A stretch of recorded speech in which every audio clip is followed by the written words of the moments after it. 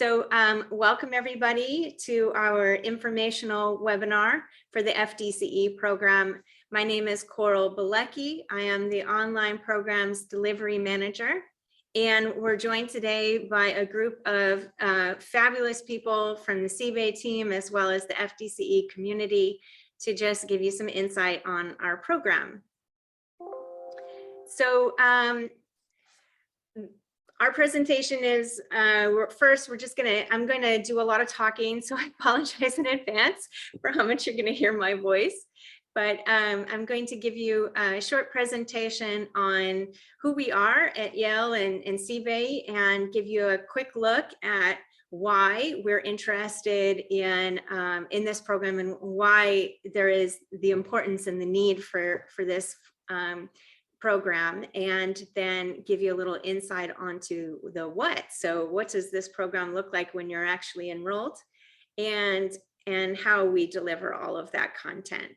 And then we're also going to hear from our FDCE participants, and they're going to answer a few questions. And so please make use of the question and answer tool as we go along. I'm sure there's a lot of burning questions on your mind. Please use that question and answer tool and submit those questions at any time. And hopefully we can get to those questions later in our program. And so let's get started.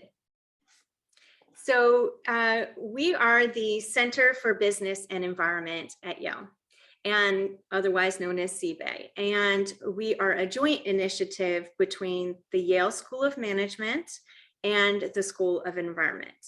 And we are housed at Yale, which is fabulous, and we're placed right between these two really great schools and their powerful networks.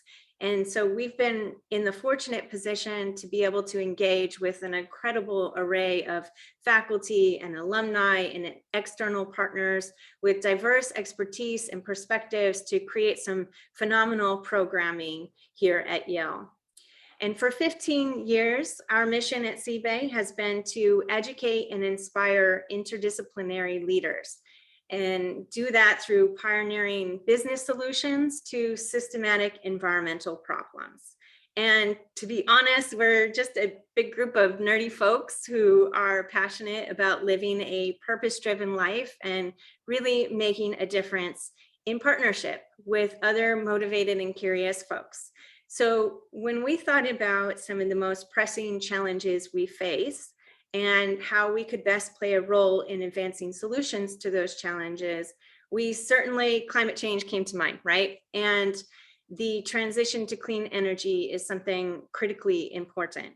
And we needed to design a program that is aligned with the urgency of that issue. And so we developed a certificate program, and it's nearly a year-long program. And we are now in our third year, and you all would be applying for the fourth year of this program. And we realized or recognized the necessity to reach out to working professionals, people like you who are at the forefront of these changing markets and these new business models. Those of you who are moving dollars through our financial systems or working to shift policy, those of you who are mobilizing your communities and reaching out to underserved communities, and those of you who are developing new technologies. We know in order to mitigate climate change, we need to accelerate a clean and just energy transition. And the role we could play would be in connecting all you curious innovators and builders and movers and shakers to this world-class and to really the best world-class training that we could offer, and get you all connected to a network of other people who could help you move the dial. And so the Certificate in Financing and Deploying Clean Energy program is designed so that we can connect and create purpose-driven network of individuals from all sectors and all parts of the energy system to really accelerate the deployment of clean energy and mitigate climate change. So this image depicts annual global temperatures from 1850 to 2017, and it's really telling about where we are right now with the climate crisis and why we absolutely need to act. This is why we're focusing on people like you. So current full-time students and those that have just graduated high school or college or just entering the workforce are still going to need, another 15 years or so before they come into leadership positions. And we really can't wait that long to see people collectively leading positive change that we desperately need to see in the energy industry. And in 2015, we all know, during COP21, we had 197 countries agreed through the Paris Agreement that we were collectively as a planet going to try to hold the increase in global average temperature to well below 2 degrees Celsius above the pre-industrial levels, and really to pursue efforts to limit that temperature increase to 1.5 degrees. But what that means and how we're going to get there is really confusing. And there are many different ways that we could get there. And unfortunately, we're not quite sure yet how that's panning out, but we do have the elements of those pathways already in place. The IPCC, which is the Intergovernmental Panel on Climate Change, is a group of researchers, scientists that cohesively assess what the science is saying about the climate right now. And in 2018, they released this report trying to get at the answer to that question of what does limiting global warming to 1.5 degrees really mean? And they came up with 4 different models. And these are, the 4 different pathways that we could take to achieve our Paris Agreement goals of limiting global warming. And we need to reach net zero carbon emissions from our anthropogenic activity around 2050. And so on this chart here, the most stringent and drastic social measure changes are represented in P1 over in the far end. And then the biggest takeaway of all of these 4 different pathways is that we need a precipitous decline in our reliance on the fossil fuel industry, which is represented in gray. You can see there's a precipitous drop in fossil fuel usage in order for us to really limit those carbon emissions. And the annual investments in low carbon energy technologies and in energy efficiency are upscaled by roughly a factor of 6 by 2050 compared to 2050. And we also need to invest in some carbon capture technologies, which are represented in the yellow on these charts. And so let's kind of take a look at our energy mix. So in the middle road scenario over in P3, where we can still meet our objectives of limiting global warming to 1.5, emission reduction is primarily achieved by changing the way energy and products are produced. And so increases in electricity generation from all renewable sources should push the share of renewables in our electricity generation mix to an all-time high of 30% in 2021. So that was projected by ARENA. And looking here, we need, for us in all 4 scenarios, we really need that percentage of renewable share in our electricity mix to increase dramatically. And we have renewable capacity additions are growing faster than ever, but our expansion trend is just not quite on track, right? So we've seen a lot of good progress even through our pandemic, but it's just not enough yet.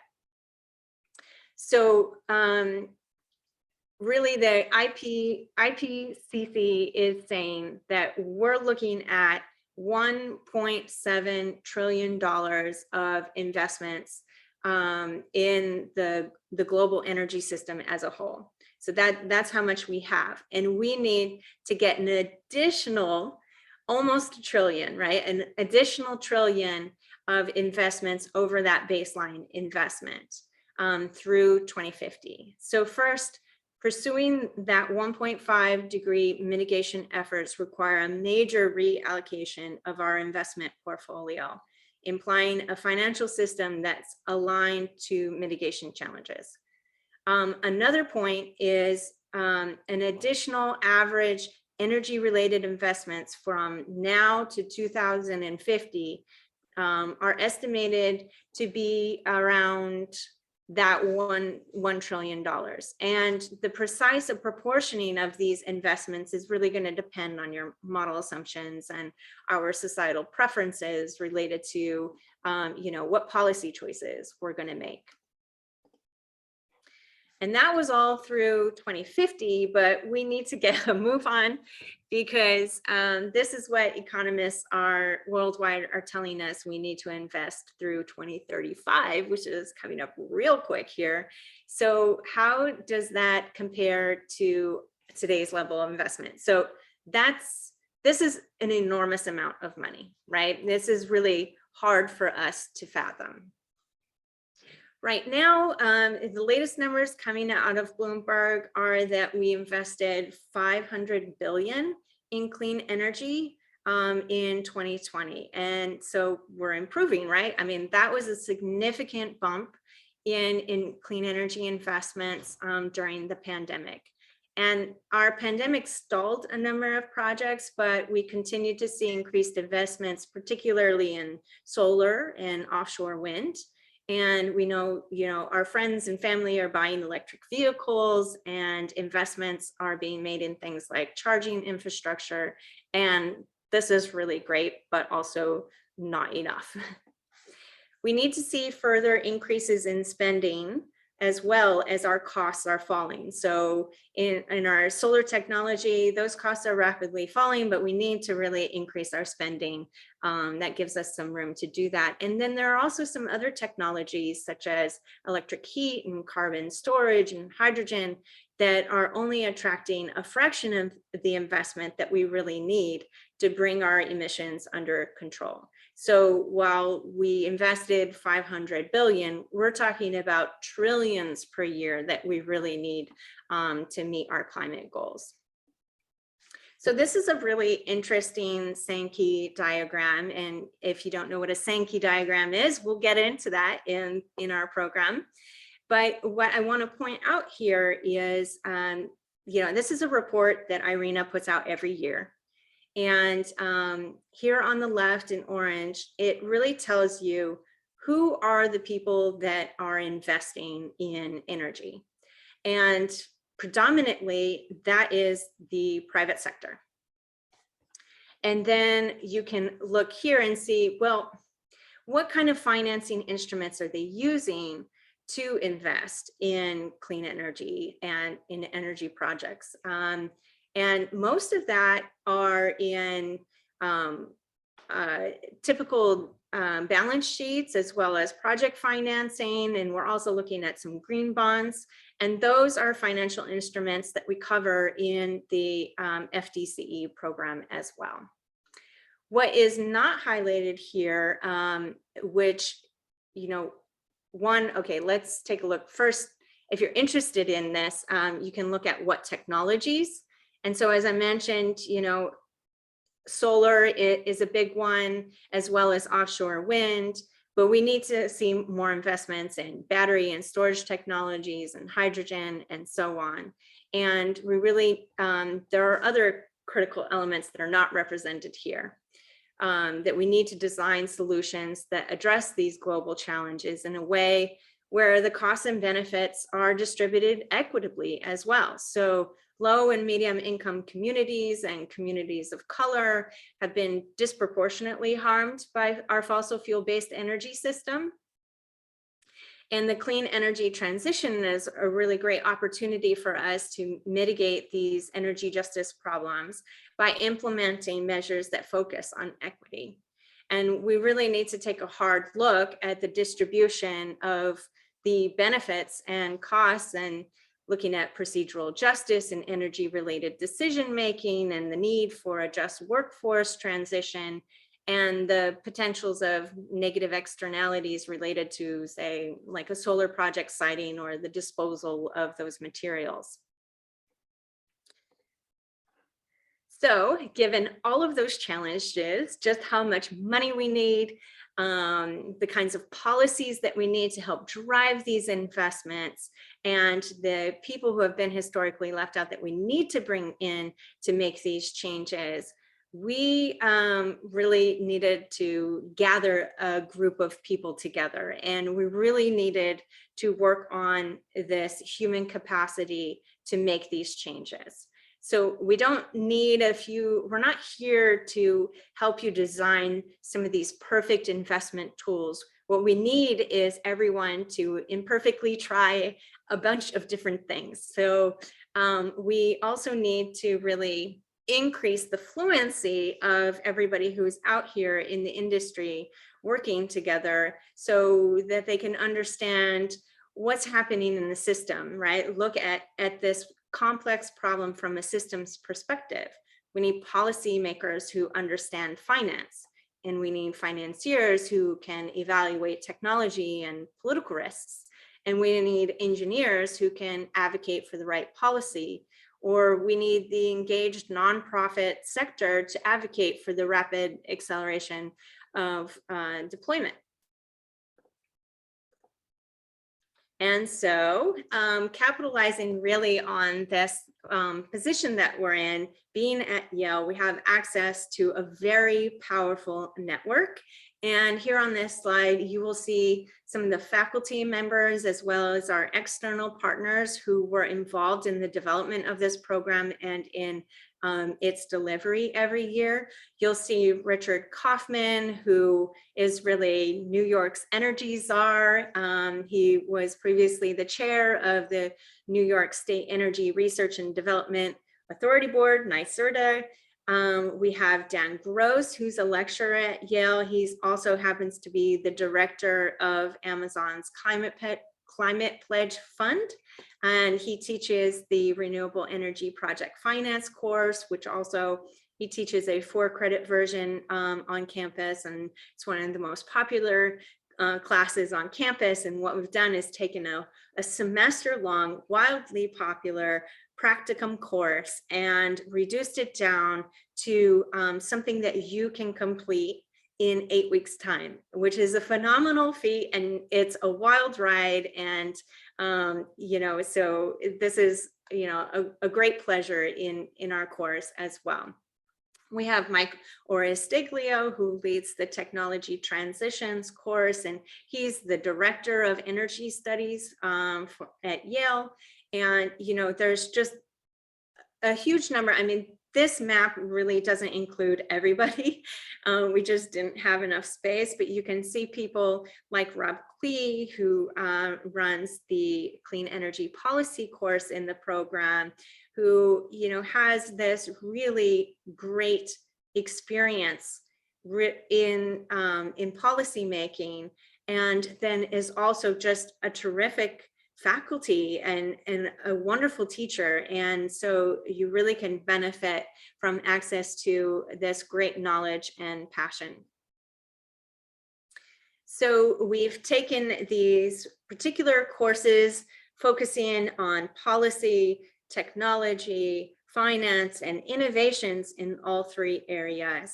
And we've each faculty member is in charge of these particular courses, but we found ways to integrate that curriculum across the year. And so you'll begin by having a course in the fundamentals of energy, or a fundamentals in finance as well, where you'll be introduced to the idea of time value of money and present value, and get into bond math, and really learn about the fundamentals of efficiency. Now, if this is old news for you, there is a test that you can take to opt out of that course, but oftentimes people find that the fundamentals courses are really a good warm-up tool, as well as giving you some of the basics to help you understand it when we get into the core courses. And then in the policy course, you would be introduced to efficiency policy tools, And then later in the technology course, you'll learn about the fundamentals of efficiency and really how efficiency interventions affect the energy systems. And then in the project finance course, which is really like a practicum, you're going to start applying some things and seeing what the cost of capital and modeling interest on loans and seeing conducting a sensitivity analysis to help you make better decisions on financing. And then you are also introduced to some novel methods for using project financing for unconventional types of projects.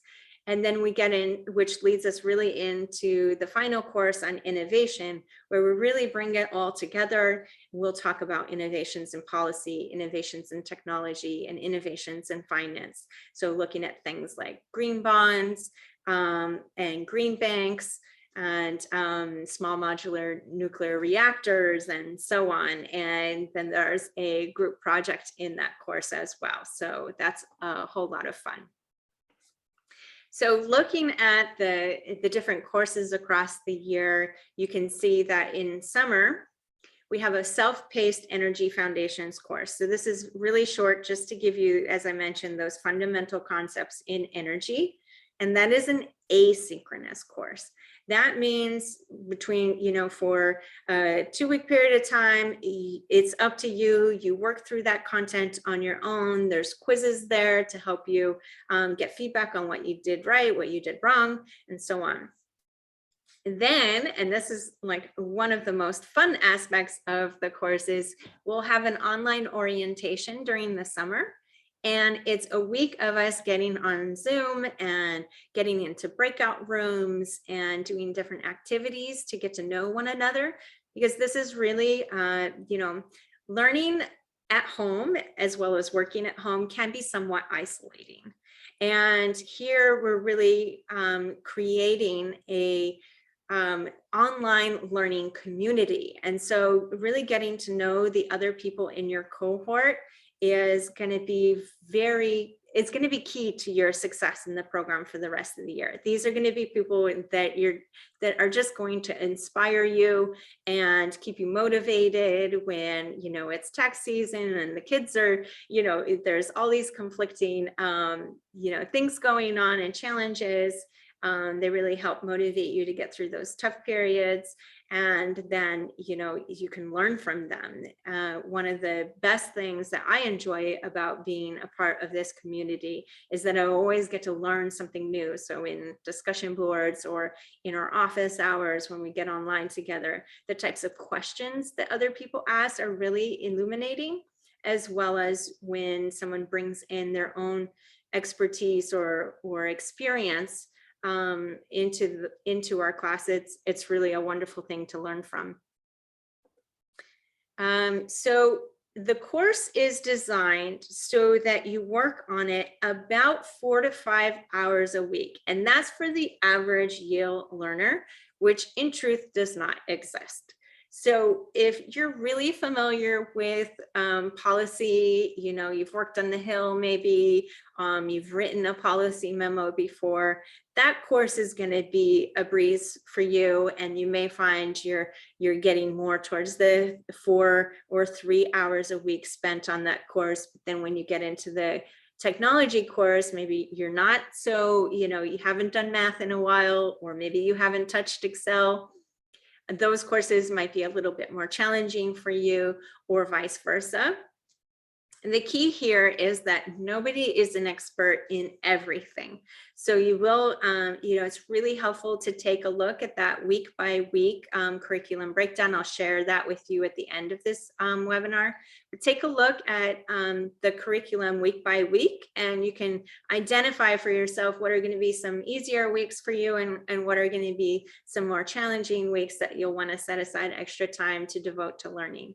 Because the more you put into this program, the more you're going to get out of it.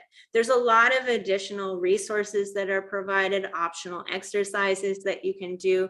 You can spend a lot of time going through and reading everybody's responses to all of the discussion questions, but it's going to be really up to you to set what your priorities are going to be and what you want to get out of the program. And so we use the orientation period to really help you set goals for yourself, as well as align yourself to your purpose, and so that you can really discern for yourself how much time you want to spend on each of these activities.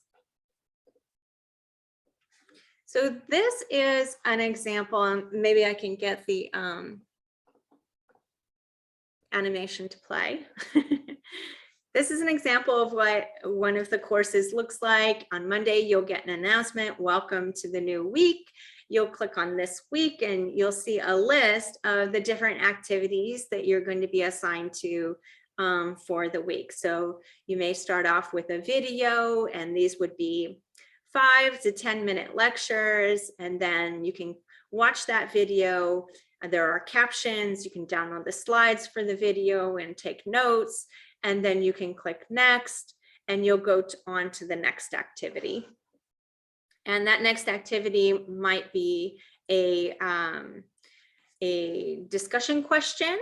It might be a short quiz. It could be a reading, or it could be another playlist of videos. And we have created a variety of activities and ways to assess your learning.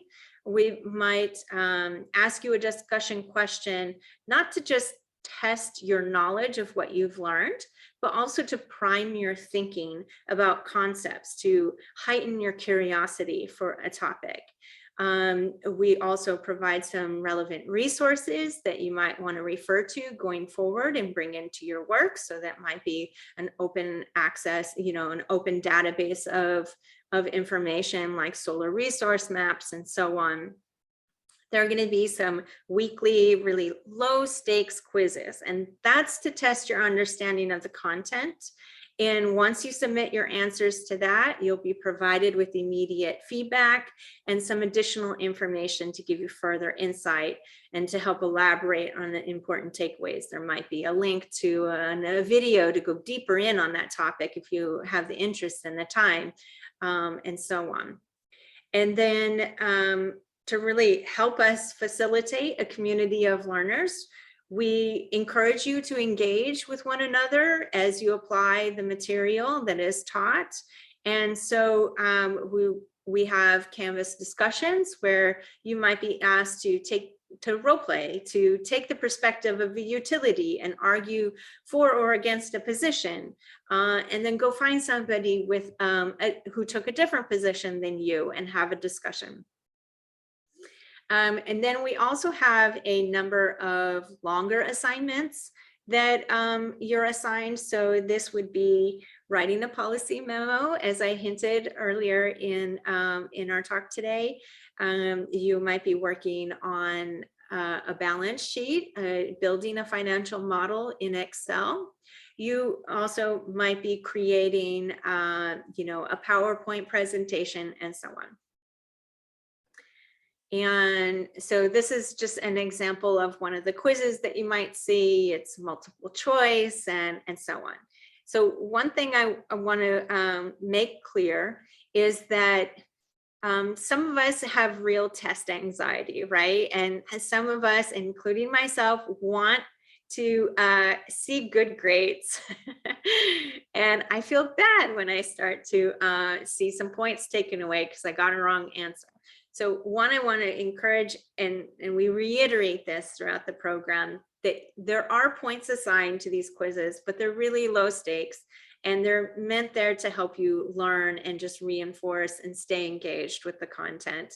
And you just need a 70% to pass each of the courses. And so you will find numerous ways of earning extra credit and so on. Really, rather than worrying about getting the precise answer and making sure you get 100% on everything, really hone in on what you're learning and taking away from the content, and how you're applying the program is really the key focus.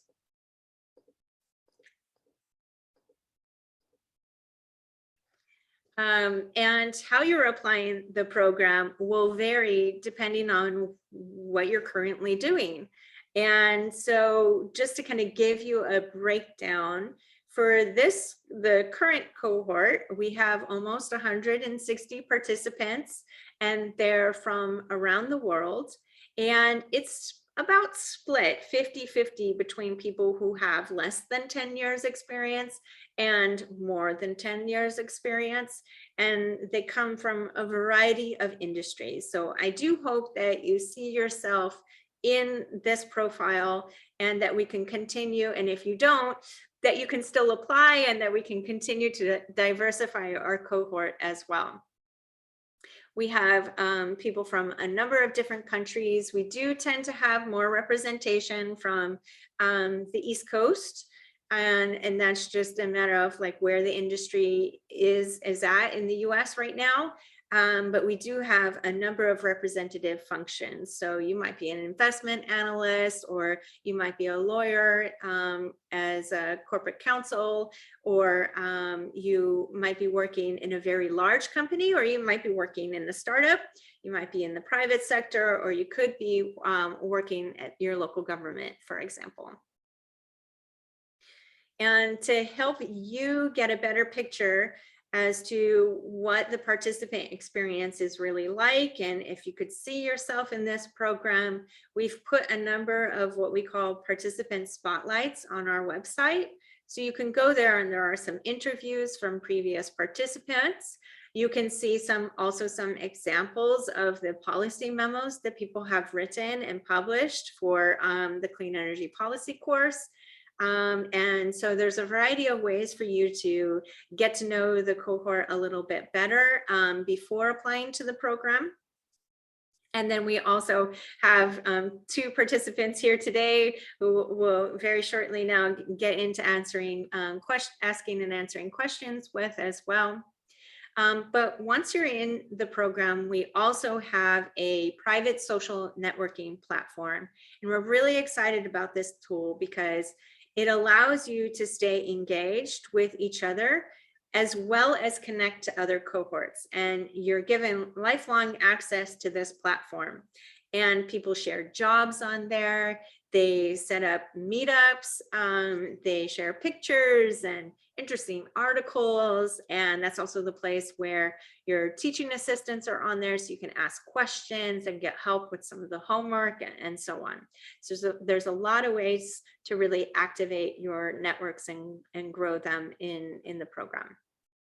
So what do you get back for all this work that you put in? Well, one, you get a world-class education, right? So this is a really interesting experience. And because it really gives you some fluency across a variety of sectors and helps you to start approaching these complex problems that you are encountering at work with a more systems thinking approach. We also help sort of soften you up to the idea that it doesn't need to be perfect, but that we need to try, and we need to get out there, and we need to start implementing the program, and you start taking action now. You also earn a very hard-earned but well-deserved certificate from Yale for your participation and successful completion of the program requirements. And then again, as I mentioned, you do continue to have access to our private social networking platform and really stay connected with Yale, with other FDCEers, and really help us move the needle on climate. So our website has a lot of information there, and you can get nearly all of your questions answered by going through all of the different sections on the website. That includes like a checklist to help you get ready for the admissions. The big key thing to remember is that applications are due March 13th. So everything's got to be turned in by March 13th. And if you have additional questions that are not answered by the website, please reach out to us at cbay.admissions@yale.edu so we can respond to those questions. We are a small but mighty team, so unfortunately, we're going to have to turn down any requests for one-on-one interviews and so on. that won't help your application anymore. There's a lot of information on the website, but please do, if you have additional unanswered questions, please send those to us. And we are going to provide you with access to these slides so you can see these links, as well as check out those additional resources that were cited earlier. So now I think it would be a great time for us to get into a bit of a chat. What do you say? Let's do it. All right, so I am Trent Cummings. I am the Online Programs Delivery Associate here at CBAY. And then on the line, Coral, I don't know if you introduced yourself. Why don't you give your title with us? Yeah, so I'm the Online Programs Delivery Manager. So I started out as a summer fellow in the program when we were first building the FDCE program. So helping to edit some of those videos that you'll be able to enjoy, and so on. And through time, I have come to really be the key contact for participants. So questions, need advice, so on. I'm that mother hen that's there to sort of support everybody and be around quite a bit. So I'm the delivery manager. Perfect. So I guess that makes me hand to the mother hen. Then we have Jeff Wong here as well. Introduce yourself really quickly. Hey everyone, I'm also part of the CBAY team. I'm currently the marketing manager, so basically responsible for promoting our events and also the missions, anything related to our missions on our social media platforms and so on. And I'm also a second-year student doing my MBA program at the School of Management, and I'm really happy to meet you all. Thanks, Jeff. It's been fantastic working with Jeff. He's done a great job for us over the course of this year. And then we have Maggie Alexander and Luis Torres as well on the line. Luis is actually a current participant. Maggie is a participant from last year. Why don't we have you each introduce yourselves really quickly, and I'll add in, maybe you can tell us your educational background and then what you're currently doing now. Why don't we start with Maggie? Thanks, Trent. Hi, everyone. As Trent mentioned, I'm Maggie Alexander. Currently, I am a commercial policy expert at Pacific Gas and Electric, working in their energy policy and procurement organization.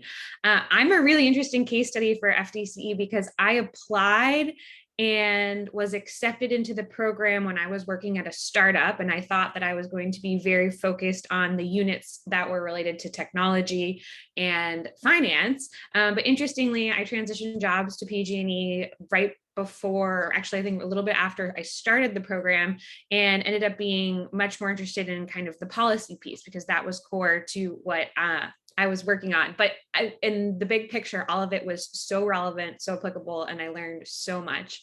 I've been working in the energy industry for about 8 years. I have an undergraduate degree in journalism, and I have a master's degree in environmental sciences and policy. So for me, this program was really practical application and learning some new skills, particularly around some of the financial modeling that I just hadn't really had the opportunity to develop before. So I'm happy to dig in and talk a little bit about my very circuitous path that got us to where we are. But big picture, the program has just been so helpful to me and grounding me in a variety of different principles related to deploying clean energy. Well, hello, everybody. It's very nice to see you all, and very nice to meet you, Maggie, by the way. I'm part of the program today. It's been it's been a crazy experience. It's been wonderful. It's been just fantastic. I had no idea that, it was going to be like that. I think it is, Coral made a fantastic job at, presenting, the entire program, every area that we touch in. But once you get into the program, you realize that it's, it's even more than what they are presenting. It is wonderful. The networking that you do, the people that you meet, it's just fantastic. Before I came, to join this year's cohort, I was recently hired as a sustainability director for the city of Ithaca, New York. And it was very interesting because, the policy starts with, foundations. And, I remember very clearly Coral saying, you gotta be careful.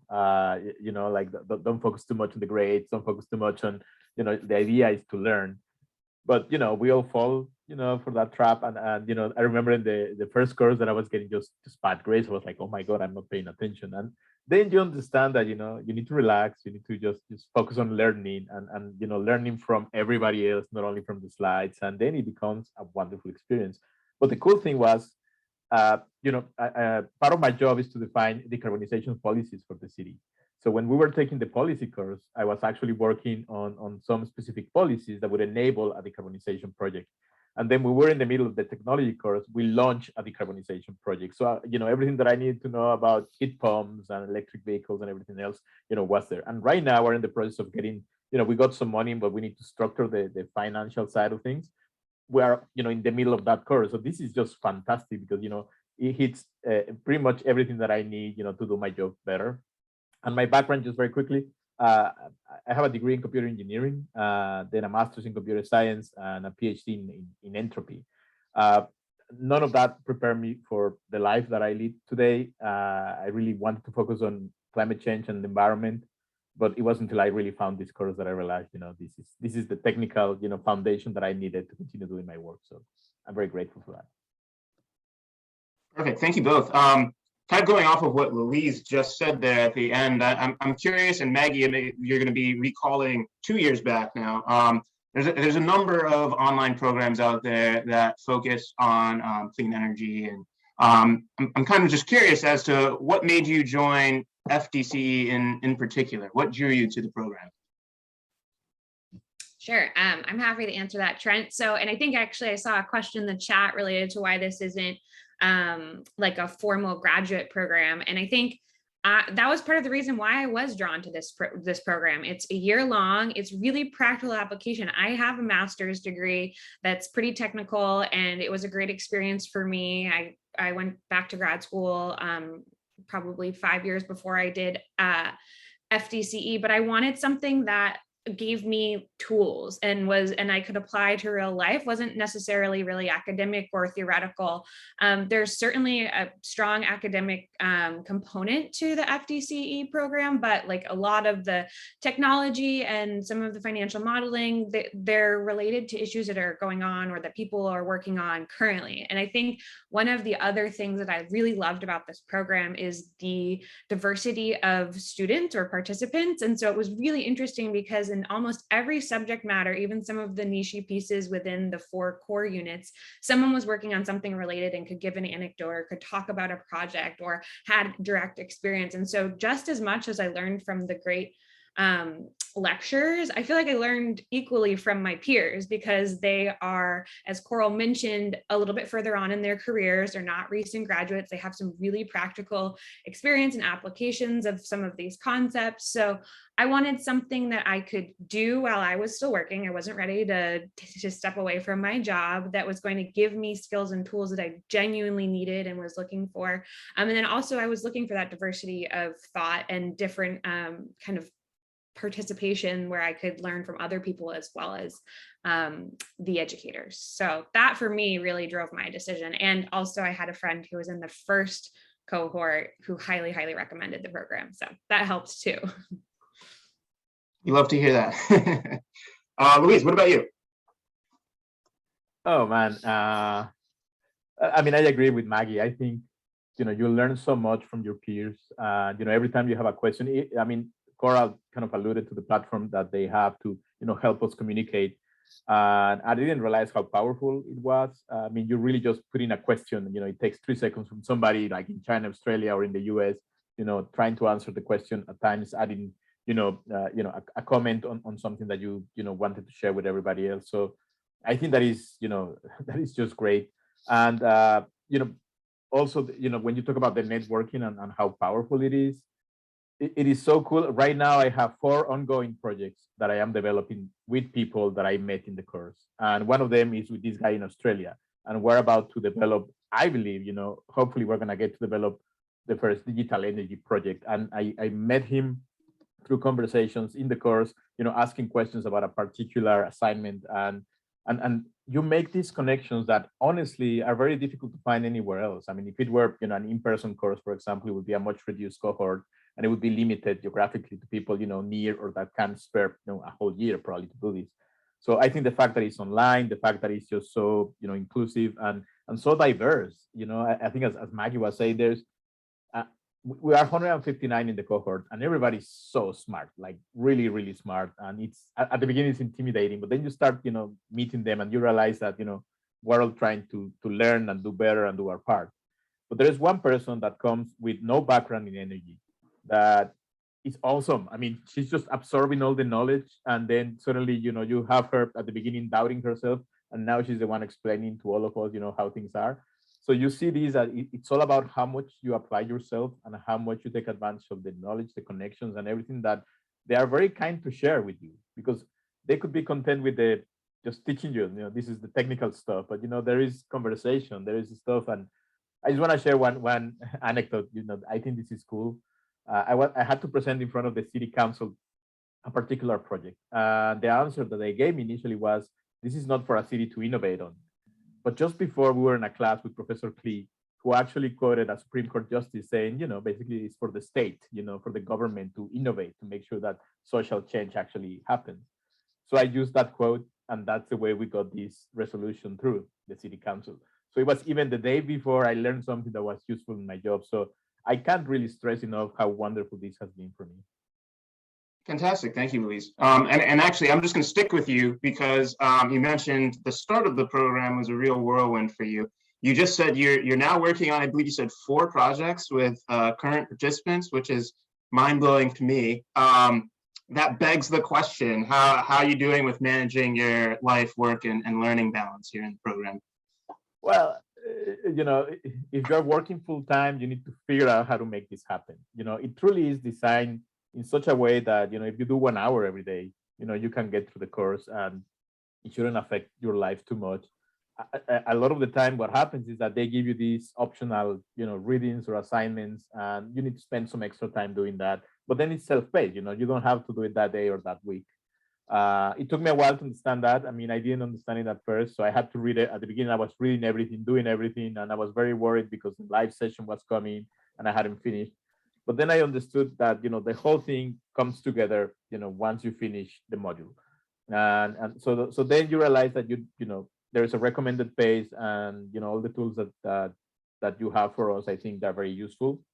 But I think it takes a little bit, but then you get organized, you get to understand how to work. And once again, we get a lot of help. We created 2 study groups, and I meet with them whenever I can, on Saturdays or Sundays. And those who can join, and we exchange ideas, and then we continue making progress. So it was hard at first, also because I had been out of school for a really long time. So coming back to school was like, holy crap. But eventually, it became more natural and easier, so it can be done for sure. Maggie, you're kind of coming to us from a different perspective now that you've actually gone through the program. And you mentioned you kind of had a winding professional pathway. Can you tell us a little bit about maybe how the program has benefited you professionally?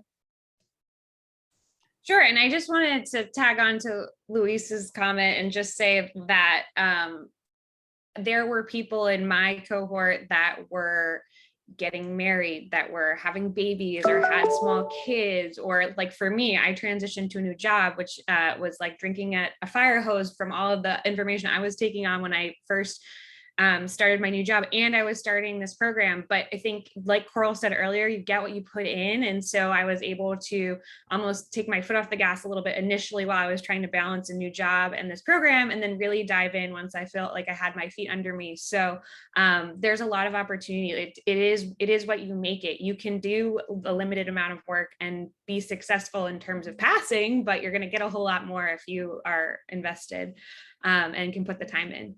But to your point, Trent, about my circuitous path and how what I've learned, I would say it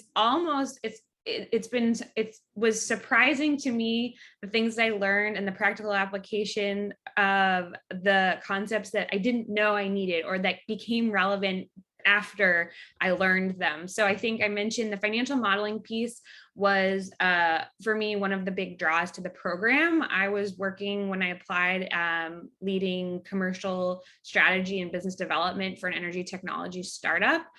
We were working on developing solar plus storage projects behind the meter, and we were trying to come up with some kind of innovative new pricing models. And so being able to think about production or tax credit implications, all of that was super useful. And I admit, like, when I started the policy portion, I have a policy master's degree. I've worked in policy for many years. I figured, oh, okay, I know this stuff.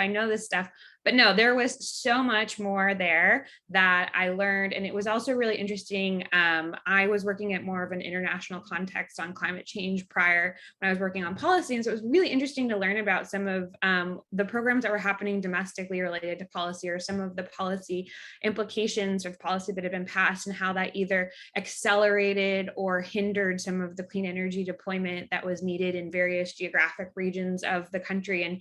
And I was embarrassed because I thought, like, oh, I know this stuff. This is my wheelhouse. There's other stuff I'm more interested in learning. And I learned so much, and there was so much I didn't know. So I would just say, if you're looking at the sum of the 4 components of this program, and you think, okay, like, I've got one of these down, like, I don't know, maybe I shouldn't do the program because I already know that stuff, I would just say that might not be the case, because it wasn't for me. And I learned so much that then I was able to apply to my day-to-day work. So that was really interesting. Great. So Trent, do you have other questions for our participants, or do you think, because we have just a few minutes, maybe we can quick address some of the questions that came in through the chat or the Q&A? Yeah. I think that's a good use of our time. We've actually answered a couple of these here. I'll do some of the quick ones, and I can either answer them myself, or Coral, you can jump in. So are there any recommended prerequisites for the course? I've seen that one a couple times here. We don't have, I don't think we really do have any recommended prerequisites. We do have 2 kind of foundational courses that Coral mentioned. We have Energy Foundations and Finance Foundations. Energy Foundations comes before our Clean Energy Policy course. Finance Foundations comes before our tech transitions, or I'm sorry, before our Renewable Energy Project Finance course. But as far as prerequisites to taking the entire program, no, we don't have any prerequisites for that. How many students will be in the program? And I think we've kind of addressed that one, about 160 this year, which is actually a huge leap from last year, and it's gone swimmingly. Our rate of acceptance, Coral, do you want to take a stab at that one? Yeah, sure. Okay. Yale and some other schools are really cautious about giving out acceptance rates, and so we don't. We haven't gotten approval to do that. But as far as like the prerequisites, we're going to provide you with the foundations that you need in energy and finance for the course. What we really need to come to the program with, preferably, is some professional experience that is either directly related to the clean energy industry or is leverageable towards that industry. And that you're in a position where you can begin implementing the program. So if you're in between jobs, it is less helpful to you immediately, because we give you exercises and activities that you can go and apply in your job right away. So there's that to keep in mind, as well as coming to the program with just being motivated and interested and ready to learn, and being open to the process. As Luis was mentioning earlier, it sort of makes sense when you finish a course, you're like, oh, they covered the whole thing, and the story fits together, kind of thing. So, and as Maggie mentioned, there's some things that she thought she didn't need to know, it wasn't relevant. Then later in her career, those things came back as important points. So there are some vegetables of like doing some math on combustion formulas, as well as getting into, some readings that might be difficult for you. But it all balances out in the end and makes sense. This, of course, the program has been designed by leading experts, and they really know their stuff. There's another question on, and then of course there are some resources and some help for in terms of like, if you're not familiar with Excel, you haven't used it in a while. There are some other questions that I'd like to get to quickly as well. So in consideration of the coverage, okay, so Stephen's question on nuclear technology. Yes, we do cover it, and we cover nuclear technology in a couple different contexts. So you'll see it introduced in the policy course, then you'll revisit it again when you look at the technology course, and then we get into, you know, as I mentioned, the small modular nuclear reactors. But we do talk a lot about the role of nuclear in our transition, and get into some debates on that as well, including debates on hydropower and so on. So that is going to be well covered throughout the program. And certainly coverage is given to the demand side of energy management as well. And then there's another question on updating the content. So as you can imagine, creating content, going to the broadcasting studio and working with the faculty is a big production.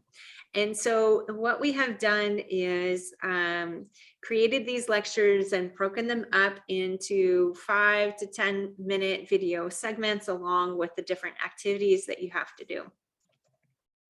And we are not able to update every single video every year because that is just not practical. And so we have updated the clean energy policy course, and this summer we're implementing updates to the technology course as well. And then there's also additional resources that are provided to you on the social networking platform as well as in the program. And then you can learn from your peers as well as to how to stay up to date, like what newsletters are and listservs they're subscribing to and so on. And then you also have the faculty and the TAs during office hours where you can bounce ideas off of and ask questions about the latest, like, what is this about lithium ion, you know, or you know, different kinds of technologies and so on, and challenges and their ideas about the future of those technologies and so on. And so, yes, we're continually updating the content, and so you'll see new content there as well. And we also keep things relevant by having other optional activities to do. So we bring in people so that you can attend like an optional lecture or event focused on careers in clean energy and so on. And I think we've addressed most of the questions. Oh, the question of in-person. Yeah, we would love to. So we originally designed the program to have a 1 week in-person on-campus week. And unfortunately, due to the pandemic, we have not been able to do that safely on campus. We still have plans for doing that as soon as we can, because we just love that aspect of the program.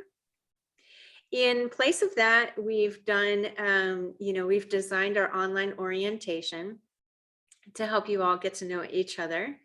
And then people have been using the social networking platform and doing small meetups in local areas, or maybe attending a conference at the same time together and so on. We have strong groups in like DC or California or in Europe. And these people meet in person regularly or have their little chat threads going together. And so there are opportunities for you all to meet each other. And as soon as we're able to do so safely, we are definitely welcoming you to campus to have an event. So we'll keep you apprised of that. That is one of our priorities. Now, I think I've answered all the questions in the question and answer. See anything else in the chat? I don't see anything. Great. Oh, another question on career support. So, yeah, so as a pilot program at Yale, we are developing that more and more. I think right now the strongest support we have for career development is our platform where you can find, people can post clean energy jobs, as well as we host a series of career related events, such as that What the Heck Do I Actually Do series, which has one of my favorite titles of an event series at Yale. And that's where we bring in clean energy, people who are working in the field, and we relate it to the content. So if we're talking about a particular, we tend to bring in people who are working in finance when we're in the project finance course. We tend to bring in people who are working in policy during the policy course. And those are optional events, but you can show up and people, you can learn just what it's really like to do what people do. And so there's that kind of support as well. And so Isaac, yes, I would recommend that you do have a little bit of professional experience under your belt if you're fresh out of undergrad. And I think that it would do you better if you were to get some professional experience before coming into the program.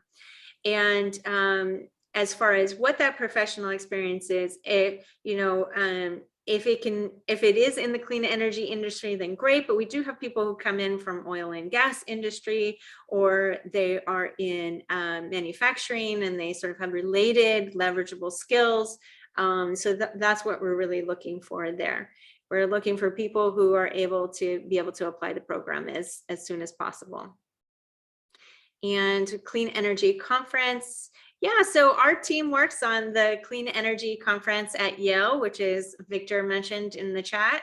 And the certificate participants are able to attend and participate in that conference for free. And so, we do encourage you to also check out that Yale Clean Energy Conference as well. Okay, so we're about out of time. A few minutes passed. So thank you all so much for joining us. And this session is recorded. So if you missed any of it, or there are others out there that want to check it out, you can come back and refer to this recording. We'll also share the slides as well. And so that's going to be posted on the CBAE website.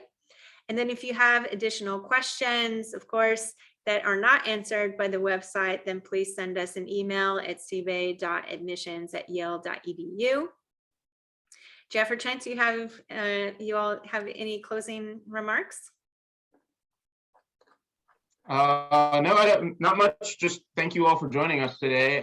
We appreciate the fact that everybody's living upended and very busy lives right now. So we appreciate you all getting on the line and learning some more about the program with us.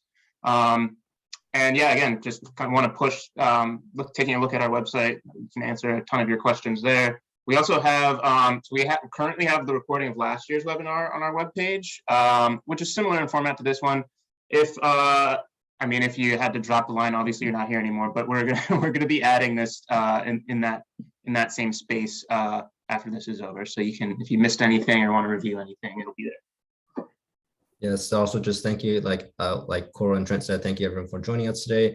If you have any additional questions, feel free to email us at cba.admissions@yale.edu, and I will be getting back to you very quickly. Thanks all. Hi all. Thank you.